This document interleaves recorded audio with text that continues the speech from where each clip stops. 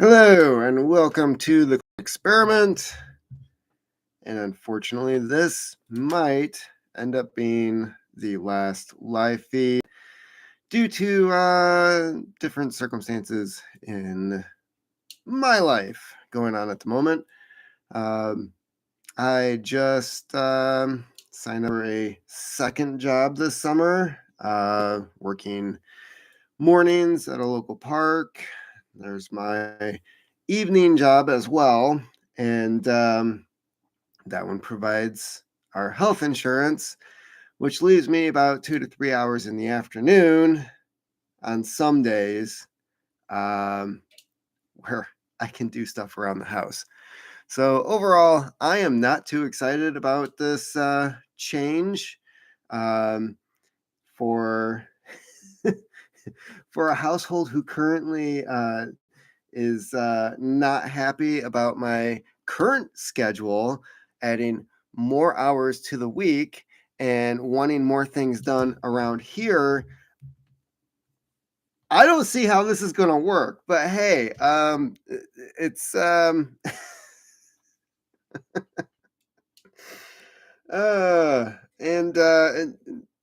I'm just going to get this off my chest before I even start reading the news. Um, Yeah, and then to top it off, I have a feeling that my evening job is going to be trying to write me up or some shit because I was the only employee yesterday who was given a copy of the appearance standards and dress code, which I was told to sign and date. So, um, yeah, I have a feeling that they've got a problem with the beard, even though I am one of probably a dozen employees that have a beard where I work. I did notice that they also have an issue with tattoos on the hand, and regardless of whether it's a wedding band or not, I think they're just looking for something, and at this point, quite frankly, I don't care. The other part is for my shift, I am the only driver who works evenings on my shift, which means I have to wear the uniform. Um, they also have impossible standards for the uniform, considering that I unload trucks, I wash trucks, I'm running around in the yard, which is filled with mud and dust at any given time of the year. And got to keep those shoes polished because, heaven forbid, I don't make deliveries. Nobody's going to see me. I only go to the airport at night. And quite frankly, the other guy couldn't give a shit what I look like when I pull up. So um, that's what I'm dealing with. So this might very well be the last live feed that I do. But hey, it's Friday. For me at least, it's payday. That money's already gone. So wait until next week. If that wasn't bad enough, now now our geniuses in charge are bragging about the destruction of a Russian vessel. I don't know if you guys caught this. U.S. intel assisted in sinking Russian flagship vessel. Officials claim bombshell escalation. So Russia's already pissed. They're not, to put it mildly, they're not happy with how things are going in Ukraine. They're increasingly irritated, to say the least, about our involvement along with the rest of NATO. And now we are bragging about the recent sinking of a Russian ship. Where let's see what this has to say. Less than 24 hours after the New York Times issued a provocative report citing unnamed U.S. officials who are celebrating that American intelligence shared with Ukraine's military has helped take out multiple Russian generals. Yes, we're helping the Ukrainians assassinate Russian generals. That's also something that's been coming out. Since the February 24th invasion, NBC News is out with yet another bombshell claims source, U.S. intelligence officials. Amid what seems escalation after escalation, the new revelation of Washington's deepening and perhaps increasingly direct role in fighting Russia and Ukraine. Intelligence shared by the U.S. helped Ukraine sink the Russian cruiser Moskva. Moskva. U.S. officials told NBC News, confirming an American role in perhaps the most embarrassing blow to Vladimir Putin's troubled invasion of Ukraine. This is not a good thing. Okay. The fact that we're bragging about this, they could very well just say, you just declared war. Like, if you're celebrating the destruction of one of our vessels because of information you gave the other guys, that's who wouldn't consider that a direct involvement at this point? So, as a reminder of just how hugely significant the claim is and just how dangerous in terms of representing a massive escalation, Moskva was considered the flagship of Russia's Black Sea Fleet, had 310 crewmen on board before Neptune anti cruise ship missiles scored a direct hit in mid April and was the most embarrassing single blow to President Putin's war effort of the whole conflict this far. U.S. identified it as the Moskva, and officials said and helped confirm its location, after which the Ukrainians targeted the ship. The U.S. did not know in advance that Ukraine was going to target the Moskva, officials said, and it was not involved in the decision. This is coming from senior officials.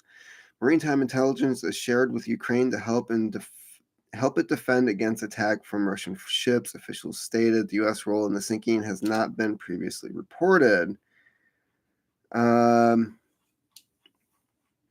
Yeah, so they're kind of going back and forth, but basically, for the most part, we're admitting to helping the Ukrainians sink this ship. Okay. At this point, I'm not going to be surprised about anything that Russia does at this point, whether it's like, I don't know, shutting off our power grid or hacking into God knows what. I mean, didn't we just have, we had two more farm related food processing fires in the last 2 days. Two more. Two more of those things that they keep telling us, don't worry about it. It's no big deal. It happens all the time. All the time.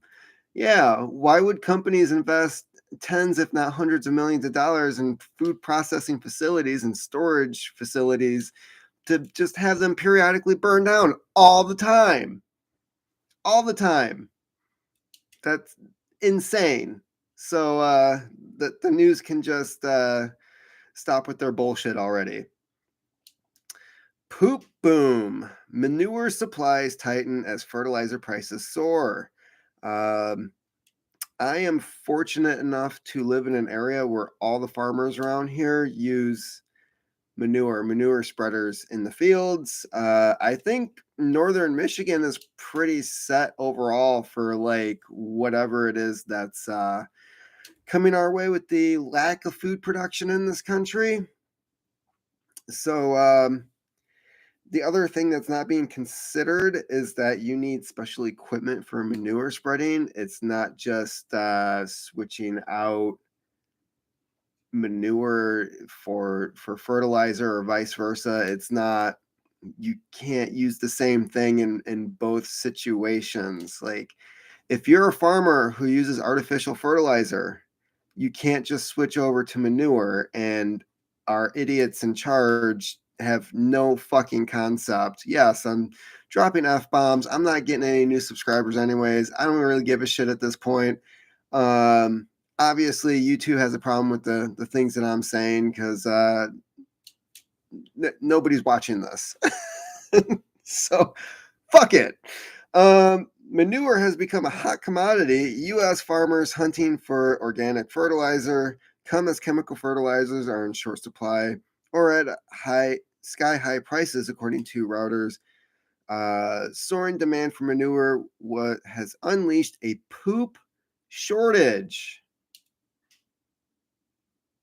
There's a poop shortage. 2 years ago it was the toilet paper, and now it's the toilet contents that we have a shortage of. There's a poop shortage. Manure is absolutely a hot commodity, said industry consultant Kemp Schneider, who works for Nebraska-based Nutrient Advisors. I find this to be very interesting because I believe it was in New York State. In the southern part of Michigan, we have water processing plants where they take the sewage and they filter out the stuff we don't want, and then the clean water is pumped back into the river, blah blah blah, and then there's this waste. So there was I believe it was New York State where they had this surplus of waste. And so farmers started going to the plant. And they're like, "Hey, can we just? I mean, it's sterile. It's sitting there. It's filled with nutrients. We can put it on our field." And they were putting it on their fields, and they were getting these booms and crops. And then the state came in and said, "You can't do that," because people that sit in offices with college degrees know how the world works. So I find it interesting that we have stuff just sitting there, and farmers could be using it. They could have already been using it, and we've got people saying otherwise because they know better. Farmers quickly switched to animal manure, a mixture of animal feces and straw, because the prices for industrial fertilizer jumped since the European natural gas crisis in winter of 2021, the Western sanctions on Russia for invading Ukraine in March. This week, Canada-based Nutrien Limited, the world's largest fertilizer company, warned that fertilizer disruptions could last well beyond 2022. If so, this could drive even more farmers into spreading poop on fields. Okay. It doesn't change anything for where I live. Agriculture experts say manure is not a complete replacement for chemical fertilizer because it lacks some nutrients.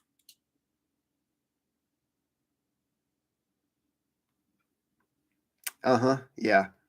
You just keep propping up your companies. Plus, there's not enough to overtake the chemical fertilizer market share in the US, hence why shortages are already materializing. Well, there's a few reasons. They keep pushing for the reduction of cattle because of cow farts, which means if you don't have cows, you don't have manure. And if you don't have manure, you can't spread it on fields, which means we can't grow crops because cow farts. That's one issue. We also have these waste treatment facilities that produce stuff that could be going into fields. And China did it. China had one of the biggest populations at the height of their empire 1,000 years ago. And what would happen? They had people who would go around the city, collect the poop, haul it out to the fields that fed the city. It gets dumped in the fields. They would do like resting fields, and then they would have planting fields, and they would alternate. And the resting field was the one that had the fresh poop put on it, and it fed their cities. Like they figured this out a long time ago.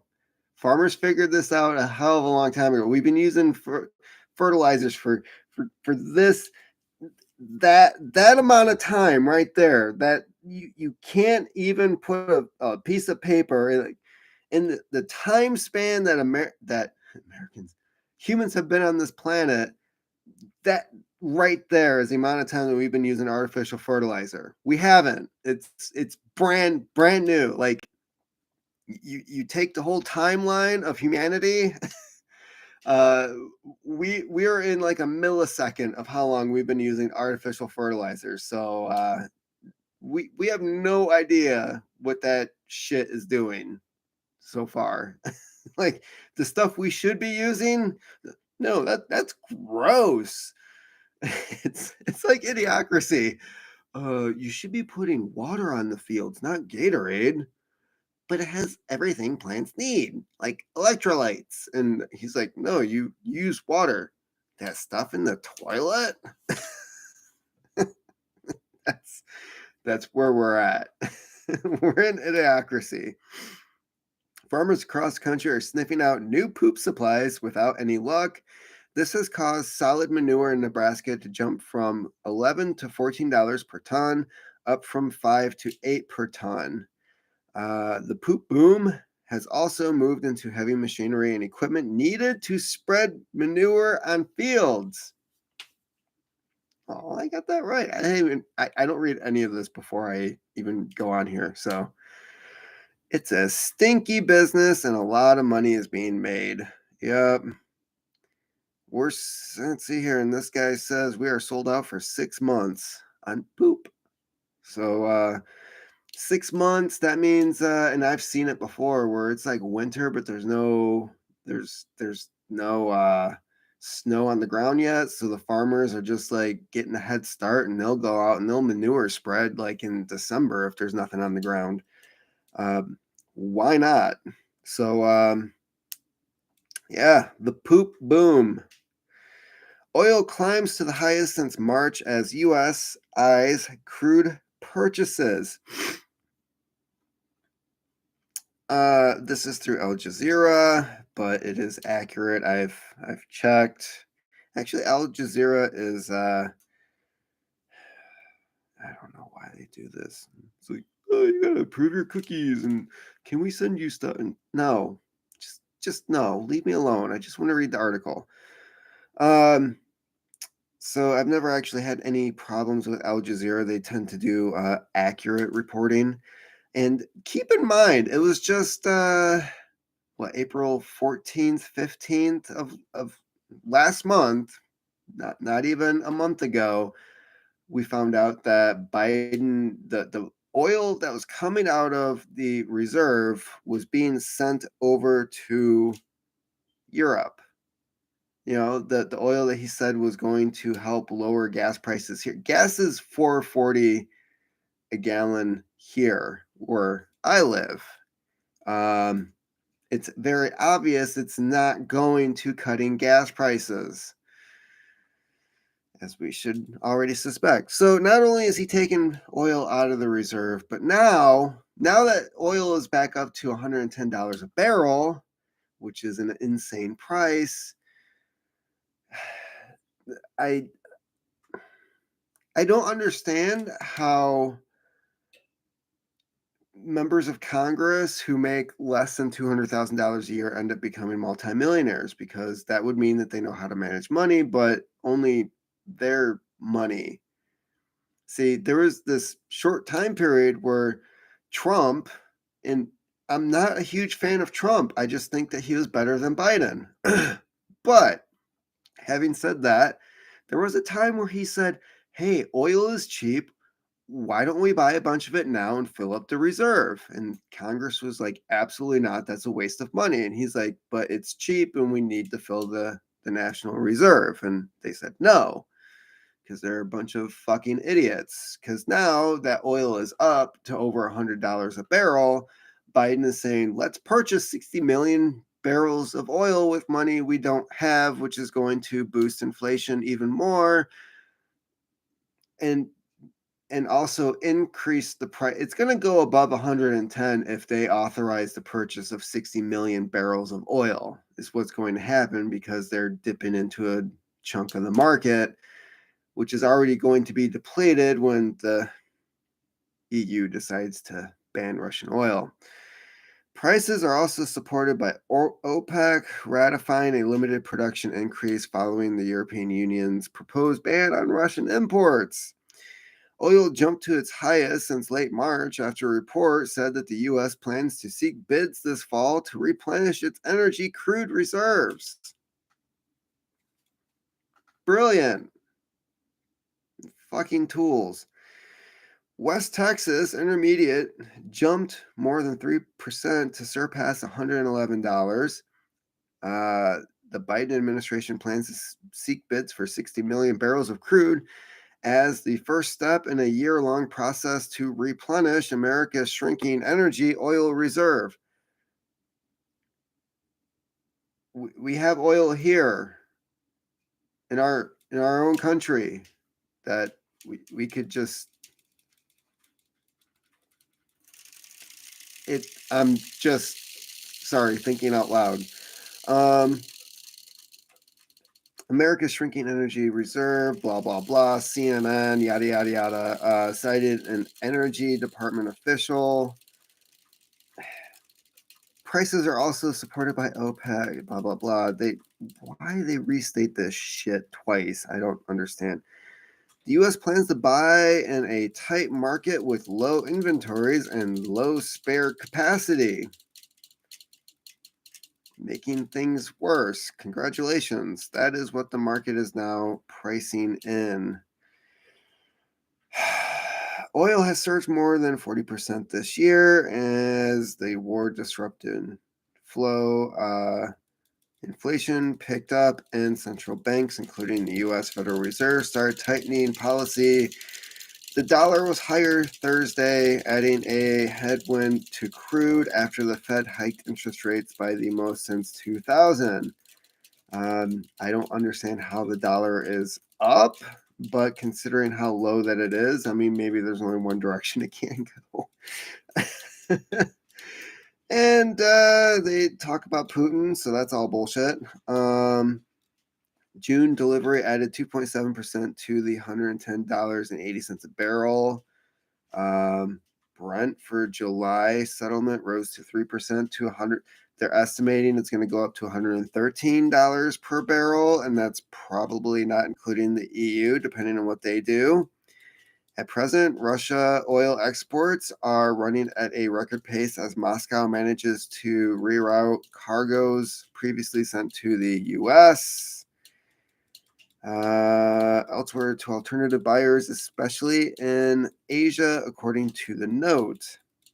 So stuff we were going to get sent over somewhere else.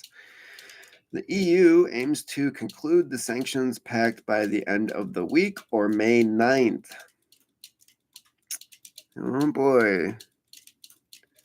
So we've got 3 days to find out whether oil is going to skyrocket or not.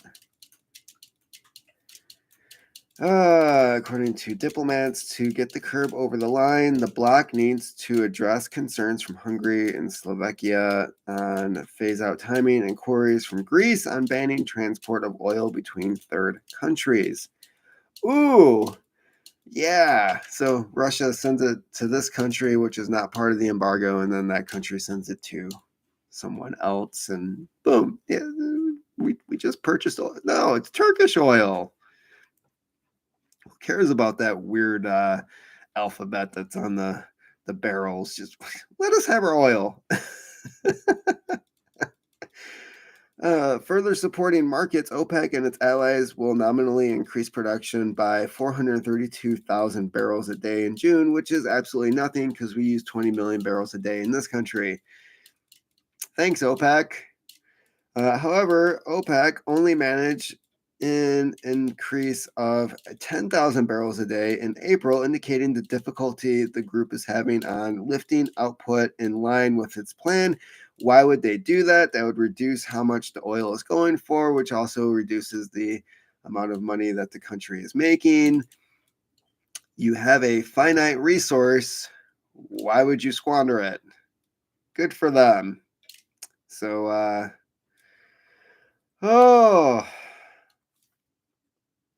Thanks, old Biden. U.S. restricts use of Johnson and Johnson COVID vaccine over rare blood clot risk. That thing we weren't allowed to talk about 2 years ago when Europe was like, "Hey, this is causing blood clots." It only took us a year and a half to say, like, you shouldn't be getting this. Awesome.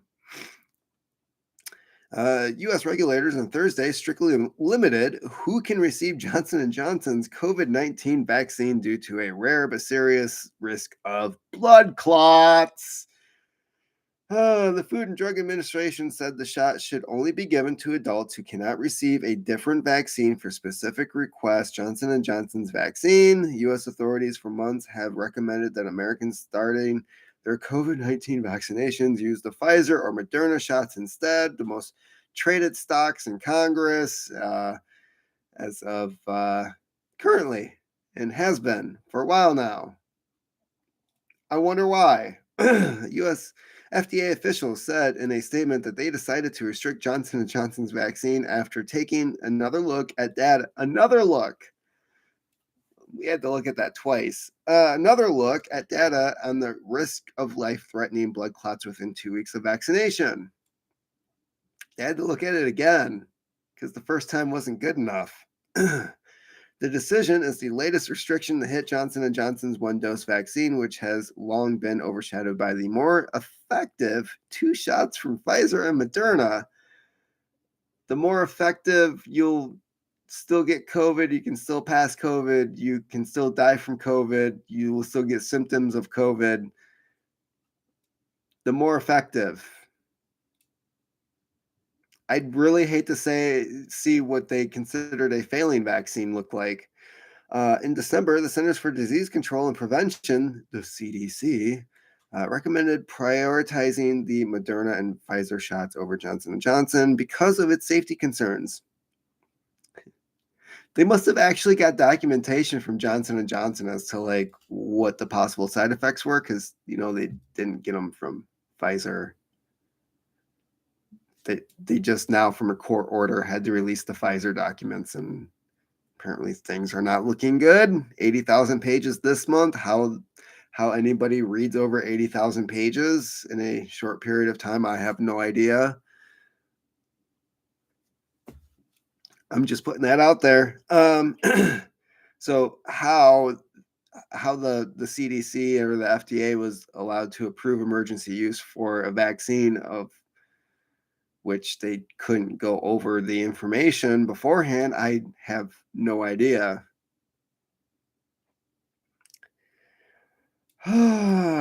Previously, U.S. officials have treated all 3 vaccines similarly because they'd each been shown to offer strong protection. Define strong protection. Thanks. But follow-up studies have consistently shown lower effectiveness for Johnson & Johnson's vaccine, while the blood clots seen with Johnson & Johnson shots are rare. Define rare. Because it was enough to make Europe go, yeah, we don't want this. So I think that's interesting. Officials say they are still occurring. So they're rare, but they're occurring enough for them to notice. Because I remember they were having an issue with like just not looking at the VAERS information and making VAERS an impossible site to actually post stuff on. Oh, yep. Okay. I'm just Russia, NATO not taking nuclear threat seriously. Because that sounds good. This is by antiwar.com. Russia's ambassador to the U.S. said on Thursday that NATO leaders are not taking the threat of nuclear war seriously enough. I wonder what they'll have to do in response to make people start taking them seriously. The current generation of NATO politicians clearly does not take the nuclear threat seriously. Ambassador Antonov told Newsweek, while it's widely believed that a direct war between NATO and Russia could quickly turn nuclear, the danger doesn't appear to be factored into the Western approach on the war in Ukraine. Uh, blah, blah, blah, history, yada, yada, yada. We already know this shit because we're living it. I don't understand. They must get paid by the word sometimes. US and many other NATO countries have abandoned diplomacy with Moscow, denounced the Russian warning as saber rattling. I'm just reading the highlighted stuff here because most of this just seems repetitive. Can be used in response to the use of WMD against Russia and its allies or in the event of aggression against our country when the very existence of the state is jeopardized. That came out of Russia. But today there's only one major arms control treaty between the two nations. That's referring to the US and Russia. Biden's refusal to attempt to negotiate an end to the war in Ukraine is the greatest scandal in American political history because they're gutting the country while cashing in and killing Ukrainians in the process. I don't know why he just doesn't call in a favor and say, yeah, there is a quid pro quo. I got that guy fired. And my son continued to make $50 bajillion per month for knowing nothing about oil. What of it? Truman, I'm having pressure. Oh, we are not going to fucking survive this year. I can tell you that. This is just, holy crap. Global grain reserves extremely low. Will be depleted for years, warns top fertilizer boss. Let's see what this guy has to say. This is through Zero Hedge. All of these articles can be found at thecollapseexperiment.com. There are no ads, no advertising. It is free, and I post this whenever I find it, giving you a filtered view as to the bullshit and the fertilizer, if you will. Global grain reserves. Let's see here. Snarled supply chains, adverse weather conditions in top growing areas. Conflict in Ukraine have wreaked havoc in the world's agricultural system. The latest sign of an emerging food crisis is comments from the top U.S. fertilizer company that warns it could take 2 to 3 years for farmers to resupply the world's grain stockpiles. We don't really have stockpiles anymore. I mean, some countries who were smart did that, except that didn't really work out in Lebanon, if you remember that massive explosion. But anyways, there's the supply chain market, like whatever it's going for, it gets bought up, and companies primarily will have stocks and supplies to keep like their plants and stuff running. But as for governments, for the most part, no, because they don't care about you. That should be like the lesson that we learn from this channel is they don't care about you. Governments do not care about you. You're just a resource. You're something that can be taxed and profited from. And when it comes to, I don't know, hurricanes named Katrina or natural any natural disaster for the most part, they're out shopping for shoes when you're drowning in feces. So yeah, global grain stocks remain extremely low, an issue that has been amplified because of Russia's invasion. I'm so tired of hearing that. It was going on before Putin invaded Ukraine. We think it will take at least 2 to 3 years to replenish global food stocks.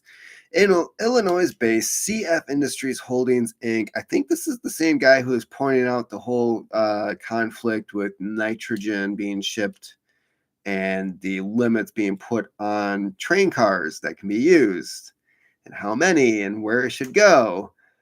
Do we make diesel? Do we make fertilizer? I don't know. If we make one, we can't do the other. I mean, thanks, Biden. Over the years, Ukraine has earned the nickname breadbasket of Europe for its rich, dark soil, vast wheat fields, and other farm goods. The Russian invasion has cut off the world from cheap and abundant farm goods. Blah, blah, blah, blah, blah, blah. Global nitrogen inventory remains extremely tight. Global supply continues to be limited by curtailments in Europe and Asia due to high energy costs, ongoing restrictions on exports of certain nitrogen products from Egypt, Turkey, China, and obstacles to nitrogen exports from Russia related to the direct and indirect impacts of various sanctions, as well as government imposed export limits. Yes, tight nitrogen inventory means prices will remain elevated. Here's a hint. If you are growing your own food this year, if you are starting a garden and you have a compost system, I would suggest highly recommending creating a compost system. What you're going to want to do is collect all the tree leaves and everything, the stuff that the city picks up and you don't get any money for it, but then they deliver it to other places as topsoil and fresh fertilizer. Good job. You're working for free in that place. You collect the tree leaves because that's carbon. You put that in your compost bin. Any fresh grass clippings, the green stuff, don't wait for it to turn white or beige or whatever color it is your grass turns when it dies off. You take that, you add that to the leaves, you mix it in. You want to mix it in. That fresh grass, that is your nitrogen.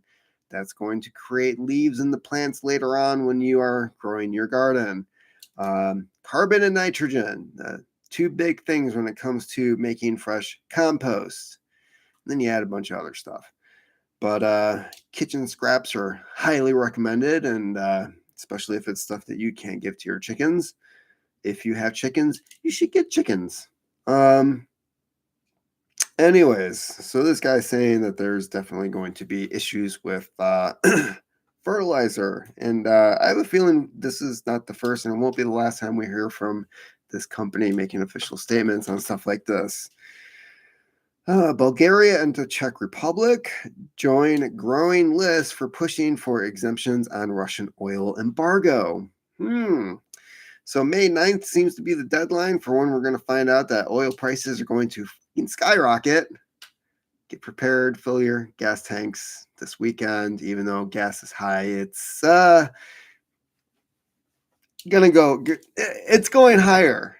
I'm just putting that out there. That's my guess. I'm an idiot, but I'm an idiot who's been almost 100% right with all this shit for the last 2 years.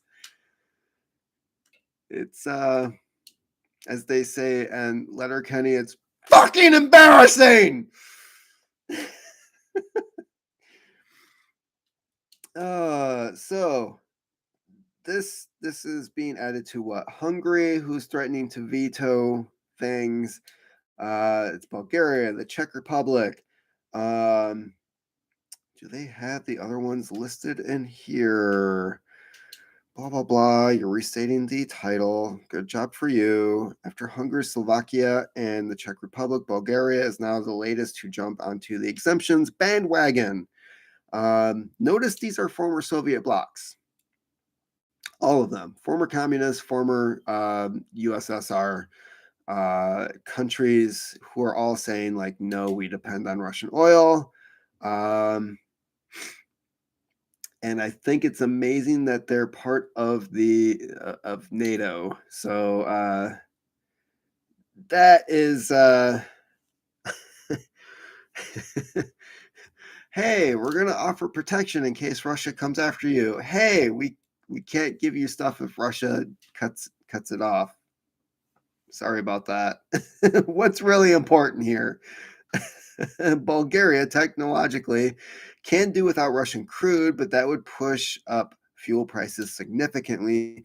So, if the European Commission considers exemptions, we would like to take advantage of such exemptions.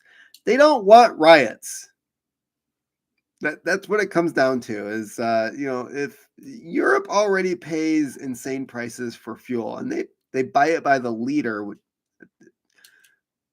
Okay, Americans, a liter is a smaller amount of liquid compared to a gallon. So when you see five euros per liter, they're really paying like $20 a gallon, which is insane. But but that's Europe for you, right? That's why they have those little the Mini Coopers, the Mini Cooper. That's why they have dinky little cars like that. It's freaking expensive to have a car. So, anyways, Bulgaria, like all these other countries, are like, if this happens, our government's SOL. There will be riots. That will increase food prices. They know what's coming, and they're just like, no, we don't want any part of this. You better have exemptions, or this could actually end NATO. I'm just going to put that out there. There's a very good possibility that this embargo, while the rest of the countries like France are we must fight these Russians, and then everyone else is like, no, we kind of like having like a civilized country here. We're gonna keep their oil. Plus, I don't see how well bonded NATO is at this point, because apparently, aside from some tanks being shipped over from Germany, I haven't really seen NATO step up and actually send stuff to Ukraine, which they're not obligated to.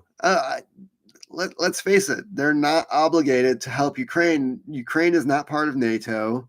They can just sit back with their hands like this and just watch what's happening. And as for the embargo, it's like, yeah, so Ukraine's being invaded. They're not part of the North Atlantic Trade Organization. We're not. Why would we put an embargo on Russia? It's not affecting us. We have this union for a reason, and you're acting like Ukraine is like a member. It doesn't make any sense. It just does not make any sense. Brussels plans to ban oil imports after 6 months and refined petroleum products such as gasoline after 9 months, with exemptions for Hungary and Slovakia. Is this really going to affect Putin's short-term calculations with regard to the war? No, because he's already got other buyers. Morons. Like, he already has other buyers. You're not affecting him whatsoever. When China and India are stepping up saying, yes, we will buy whatever you have,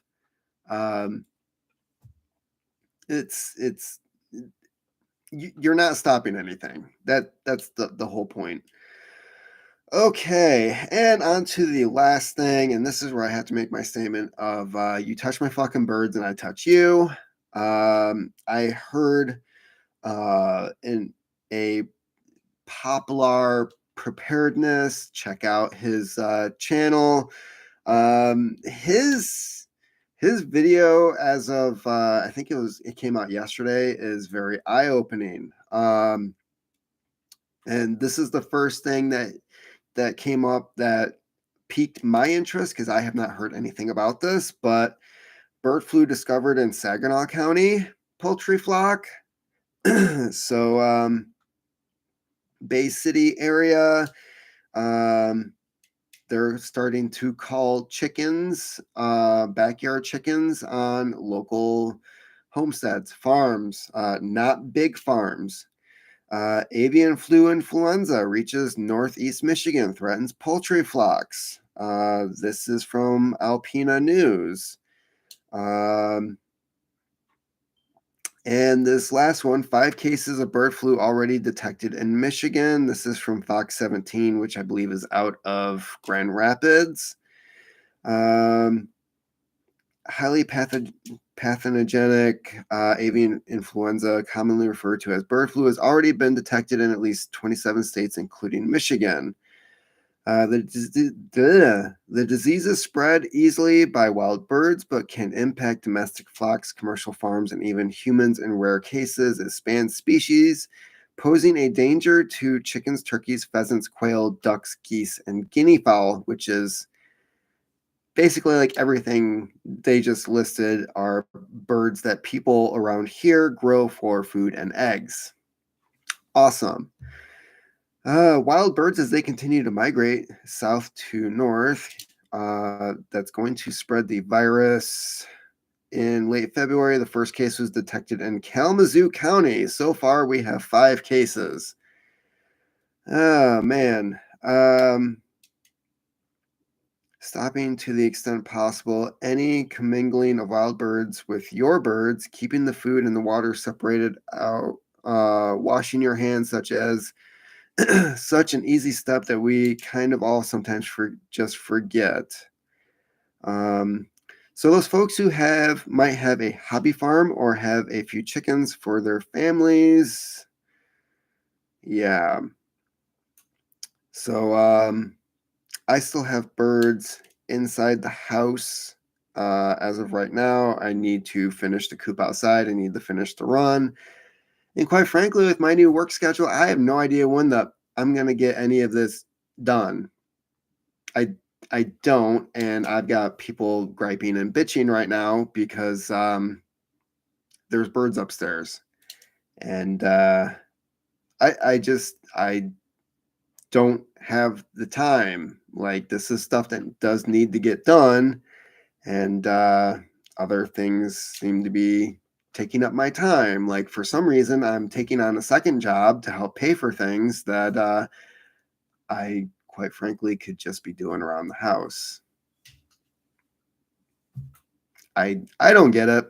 I don't. I'm just gonna say that. But anyways, the other thing, the last thing that I want to bring up, unless anybody has any questions. So, Popular Preparedness. He is a guy who gets intel information from his viewers.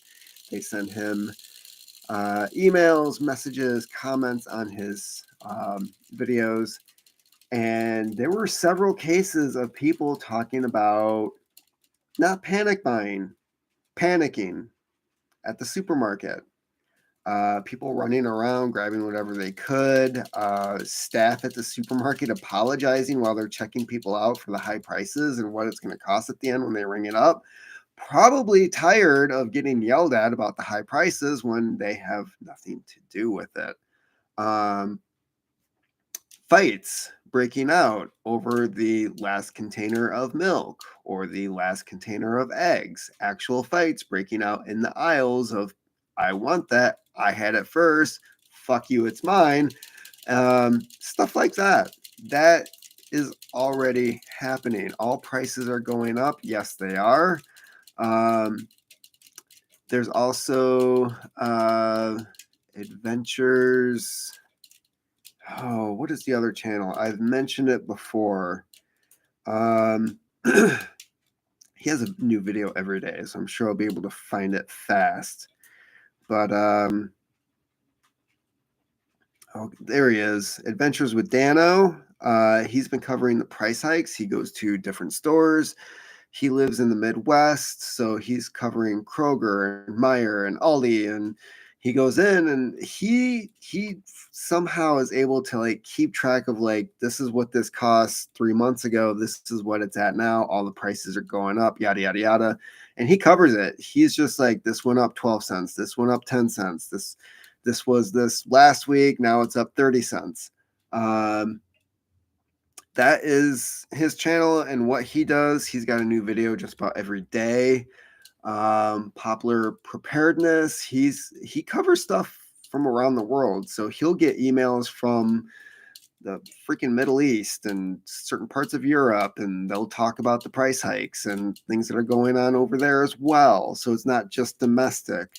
That's why a lot of these countries are flipping out right now, especially in Europe, where it's like the former Soviet states are just like, no, we're not doing this. Like, we've been through this before, and we're not doing that again.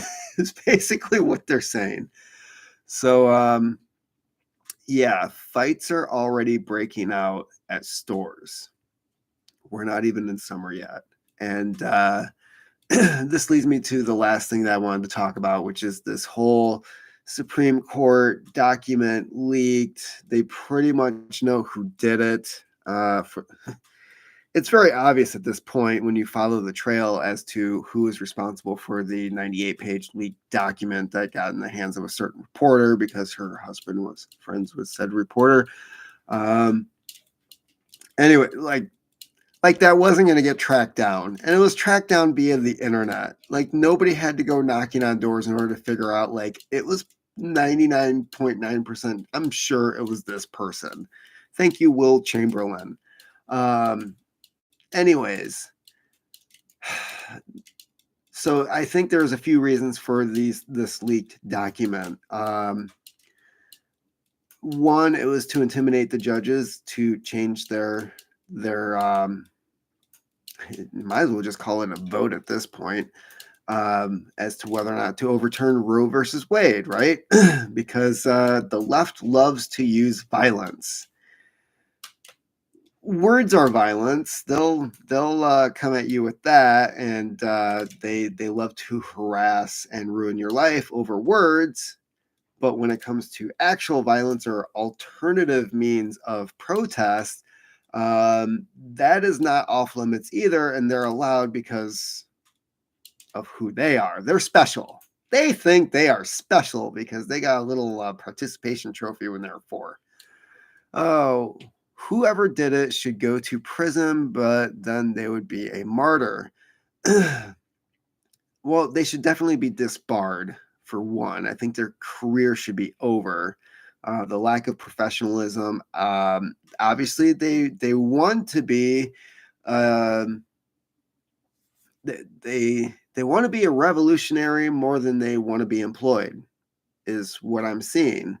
And hey, if we have cancel culture for the right, where they make sure that you're fired, you can't hold a job, your life is ruined, it should definitely apply to them too. As for, I think there should definitely be some jail time, but then again, they're going to learn tricks from the other prisoners as to how to be more effective of doing stupid stuff like this. So I don't know that if you want a free education on how to be a criminal, just send them to jail.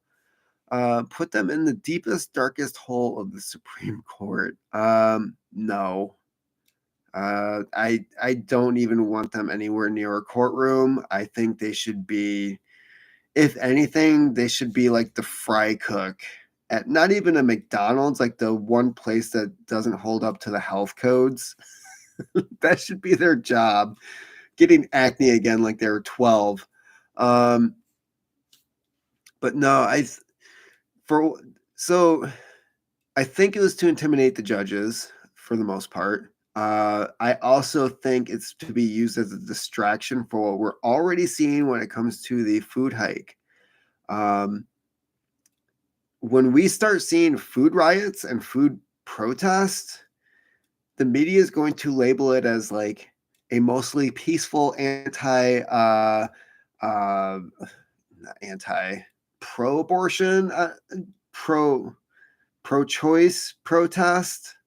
And I can't even keep this stuff straight because they're both pro, but you know that the other is the anti of the other. The anti-life versus the pro-life, the anti-choice versus the pro-choice. Like, um, anyways, I think when that starts happening, they're going to try to relabel things, and it's going to be mostly peaceful. I think it's to create some confusion. And we're going to see what we saw in 2020, where if you're protesting for this, that is okay. The cops are not allowed to touch you because it's your First Amendment right. If you're out in the streets saying, we want affordable food, what the are you doing to our country? You're now a terrorist and extremist, and obviously a Trump supporter, because how could you not think that Biden is the best president ever? Like, there's something mentally wrong with you if you think Biden is doing a good job.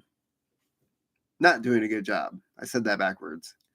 So the point is, we're going to see some of that as well. If you see food protests going on, food riots, those are going to get squashed.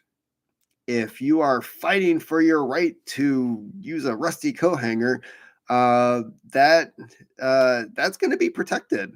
That's unfortunately that's how this is playing out.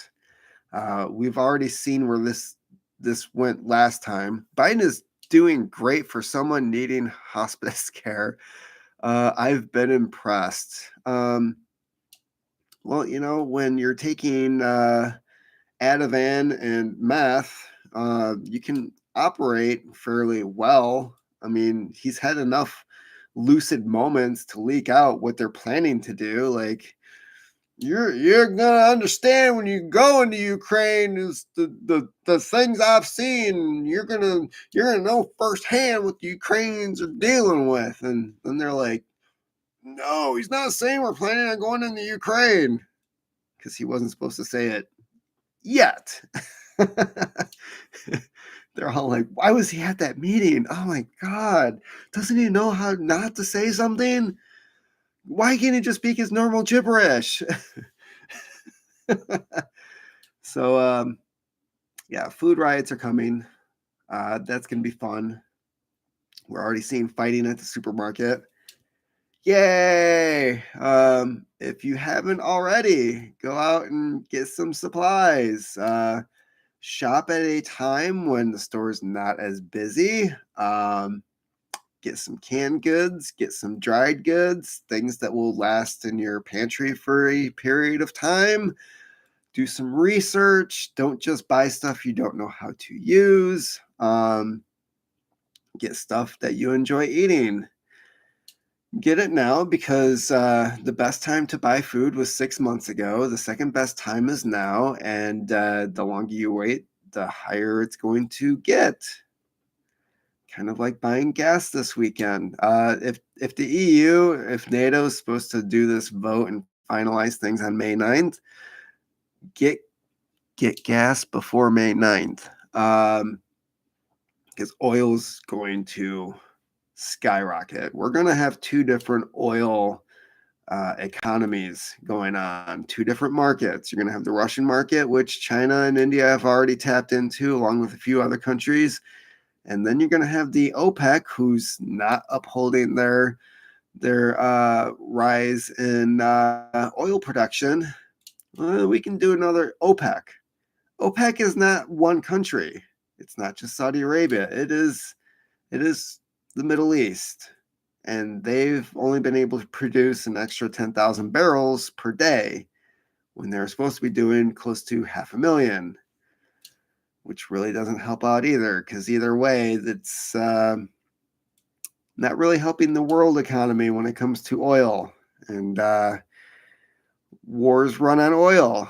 So as long as we're ramping up a war in Europe, that means our militaries, not just ours, but everyone else's, are using more oil. So anyways, this has been fun. If I'm able to continue doing this, I will let you know. But in the meantime, I'll be going back to shorter periodic videos on what's happening here, the things that are going on. I definitely won't be able to do the news with this new schedule. And overall, it's been fun. I hope you guys have enjoyed it. And it's sad. Seems like every new thing that I start getting involved in, I am unable to keep up with, and goes to the wayside due to other priorities. So that's always fun. Adulting is fun. God, I wish I could be a liberal. Just not grow up. But no, that's sorry. I took the red pill, and oh man, do I wish I would have taken the blue pill. I know the steak is not real, but damn, it's tasty. Eat the bugs. Keep on typing. Happens to me as well. That's why I brought on Derek. Yep.